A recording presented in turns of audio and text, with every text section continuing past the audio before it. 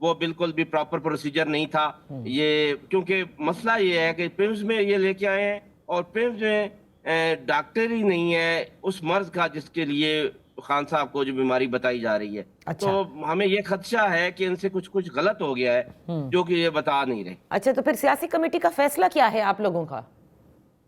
دیکھیں وہ اچھا رئیس صاحب کو کیونکہ مینڈیٹ دیے ہوئے خان صاحب نے، ہم چپ ہیں، دل پہ پتھر رکھ کے چپ ہیں کہ جو وہ ڈیسائیڈ انہوں نے کیا ہے کہ یہ 8 فروری کا احتجاج کرنا ہے اور فی الحال کچھ نہیں کرنا. ٹھیک. تو خان صاحب کی کیونکہ ڈائریکشن ہے کہ اچھا رئیس صاحب کی بات ماننی ہے، لیکن میں تو اتنا زیادہ پریشان ہوں کہ آپ کو بتا نہیں سکتا. اچھا، علی محمد خان صاحب تو یہ کہتے ہیں کہ اس وقت کی جو قیادت ہے ان کو ایک جسے بولڈ فیصلہ کہتے ہیں وہ لینا ہوگا، فیصلہ کن، ورنہ انہیں قیادت چھوڑ دینی چاہیے. یہ ہلکے پھلکے وہ کہتے ہیں فیصلوں سے خان صاحب نے باہر نہیں آنا ہے.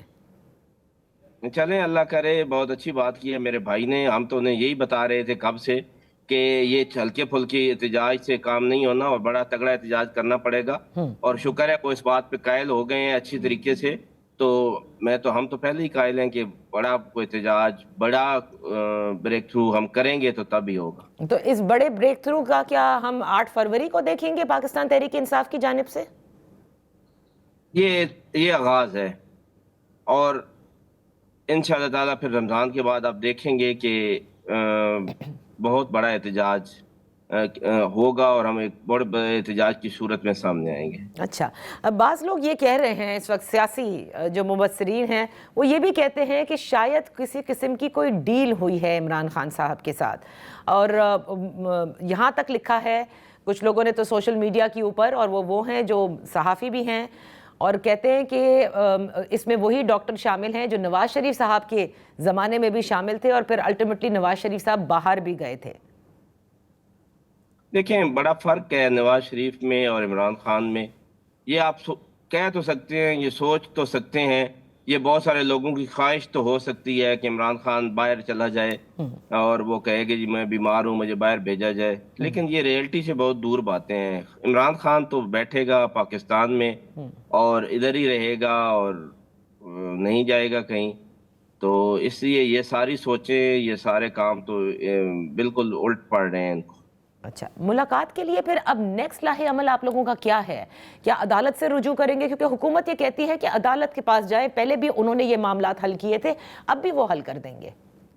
کیا پہلے جتنے قیدی ہیں وہ سارے عدالت کے پاس جاتے ہیں اور ان کی ملاقات ہوتی ہے؟ کیوں لوگوں کو بیوقوف بنا رہے ہیں؟ کیوں ہر کسی کے ساتھ مذاق کر رہے ہیں؟ پاکستان میں جتنے قیدی ہیں وہ عدالتوں سے جا کے اپنی ملاقات کی اجازت لیتے ہیں. کیا عدالتیں اس لیے رہ گئی ہیں کہ وہ ملاقاتوں کی اجازت دیتی رہیں؟ نہیں، وہ یہ کہ رانا ثنا صاحب نے کہا ہے نا کہ پمس کے اوپر اگر آپ کو اعتبار نہیں ہے، یعنی پمس کی رپورٹ پر، تو پھر آپ عدالت سے رجوع کر لیں. او بھائی، ہم پمس کی رپورٹ پر اعتبار نہیں ہے تو آپ کو ملاقات تو ہمارا ایک رائٹ ہے، وہ کروائیں ملاقات. یہ کیا بات ہوئی کہ جی پمس کی رپورٹ پہ اعتبار نہیں ہے تو آپ عدالت میں جائیں؟ کیا یہ انتہائی بے وقوفانہ بات ہے جس کی کوئی لاجک نہیں ہے، اور پھر وہ ایک سیزن پولیٹیشین کے منہ سے سن کے تو بڑا ہی عجیب لگتا ہے. تو ملک صاحب ایک بات بتائیے گا کہ یہ دیکھیے ایک مذاکرات کی ایک ہوا پہلے بنی، پرائم منسٹر نے بھی کہا، اس کے بعد پھر یہ ہوا کہ شاید اچکزئی صاحب جائیں گے مذاکرات کے لیے، پہلے جو ہے وہ لیڈر آف دی اپوزیشن کا اعلان کیا جائے، وہ نوٹیفیکیشن بھی ہو گئی. وہ معاملہ کہیں فزل آؤٹ کیوں ہو گیا ہے؟ کیا سیریس نہیں ہیں آپ لوگ کہ جا کر کے باقاعدہ اس مذاکرات کے لیے پھر آپ کہیں کہ کریں مذاکرات؟ آپ نے کہا تھا، آپ نے دعوت دی تھی. دیکھیں ہم کیا کریں، ہم نے مذاکرات کے لیے ان کو کہا ہے کہ آئیں بیٹھیں. آپ گورنمنٹ کی ذرا سیریسنس چیک کریں کہ گورنمنٹ بالکل سیریس نہیں ہے. نہ تو انہوں نے کوئی کمیٹی بنائی، نہ انہوں نے بتایا کہ جی آئیں یہاں پر بیٹھیں ہمارے ساتھ. ہم تو کہہ رہے ہیں کہ آئیں بیٹھیں اور بات کریں آئین پہ، قانون پہ، الیکشن کمیشن پہ، نئے انتخابات پہ اور سول سپرمیسی پہ. کوئی بات نہیں ہے اس میں عمران خان کی، کوئی بات نہیں ہے تحریک انصاف کی. وہ ساری باتیں ہیں جو جمہوریت پسند لوگوں کو پسند آنی چاہیے. لیکن نہ تو یہ جمہوریت پسند ہے، نہ ان کو جمہور کا کوئی خیال ہے اور نہ ہی پارلیمنٹ کا خیال ہے. تو یہ کیوں بیٹھیں گے ہمارے ساتھ؟ بہت بہت شکریہ ملک شفقت عباس اوان صاحب فار بینگ ود دا شو. اسی کے ساتھ وقت ہوا ہے ایک بریک کا.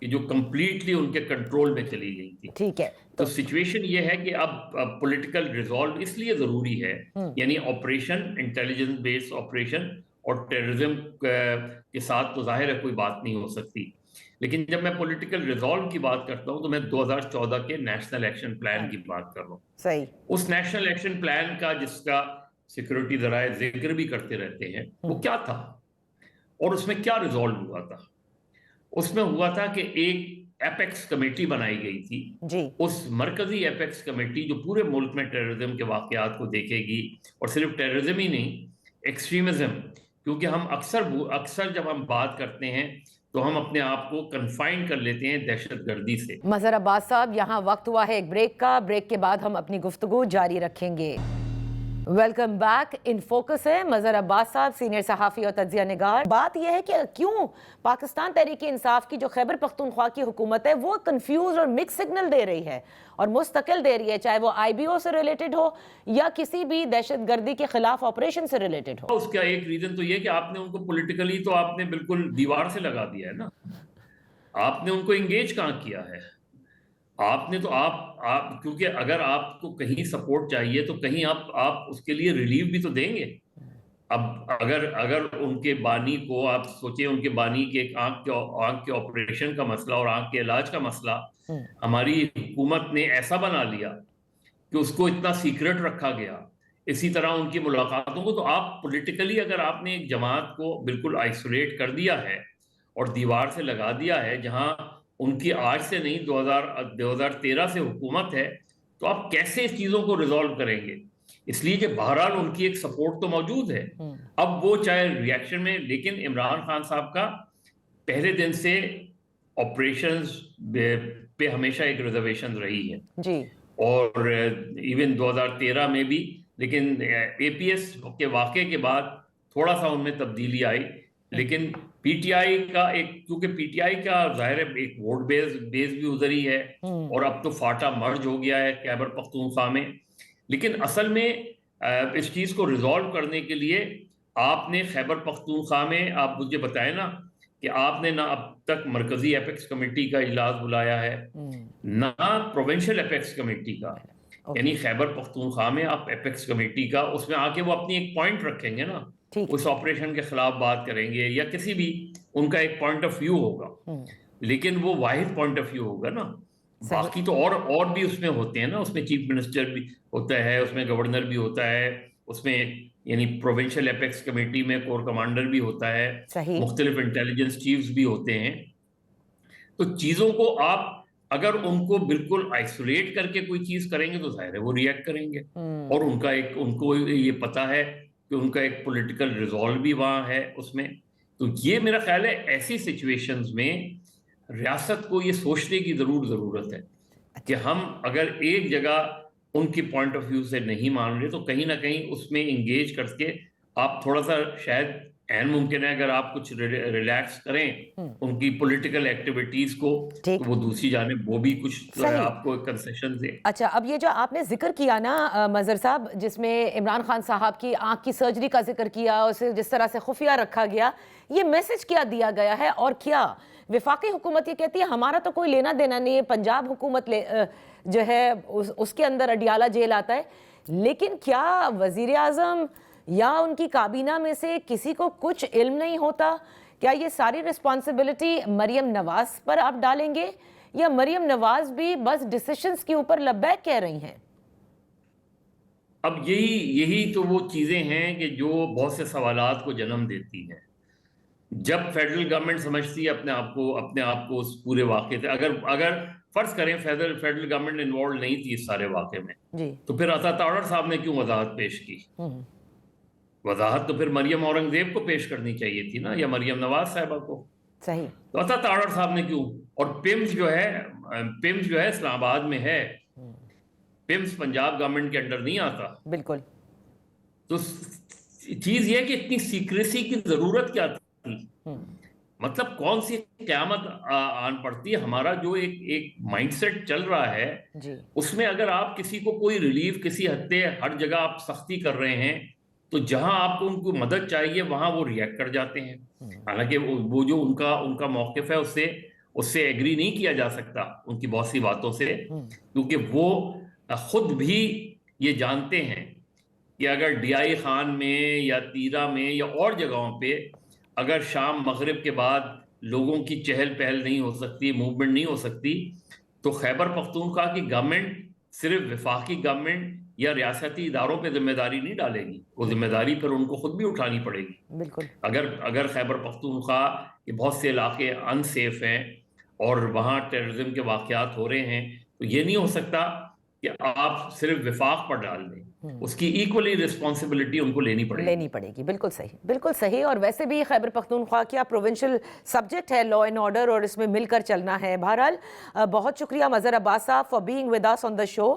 اسی کے ساتھ ٹائم کا وقت ختم ہوتا ہے۔ کل ساری نظریں جو ہیں وہ مرکوز رہیں گی کہ سہیل آفریدی صاحب جو گرانڈ جرگہ کرنے کو ہیں اس کا آؤٹ کم کیا ہوتا ہے، کیا فرکشن میں وفاق اور صوبے کے درمیان مزید اضافہ ہوگا، یا اس سے قبل ہی وفاق صوبائی حکومت سے بات بھی کر لے گا اور ان معاملات کو حل کرے گا، کیونکہ بہرحال جیسے مظہر صاحب نے بھی کہا کہ ریاست کی پالیسی ہے، اس حکومت کی پالیسی ہے اور سب کی پالیسی ہے کہ دہشت گردی کا خاتمہ کرنا ہے۔ کل تک کے لیے اجازت دیجیے، اللہ حافظ۔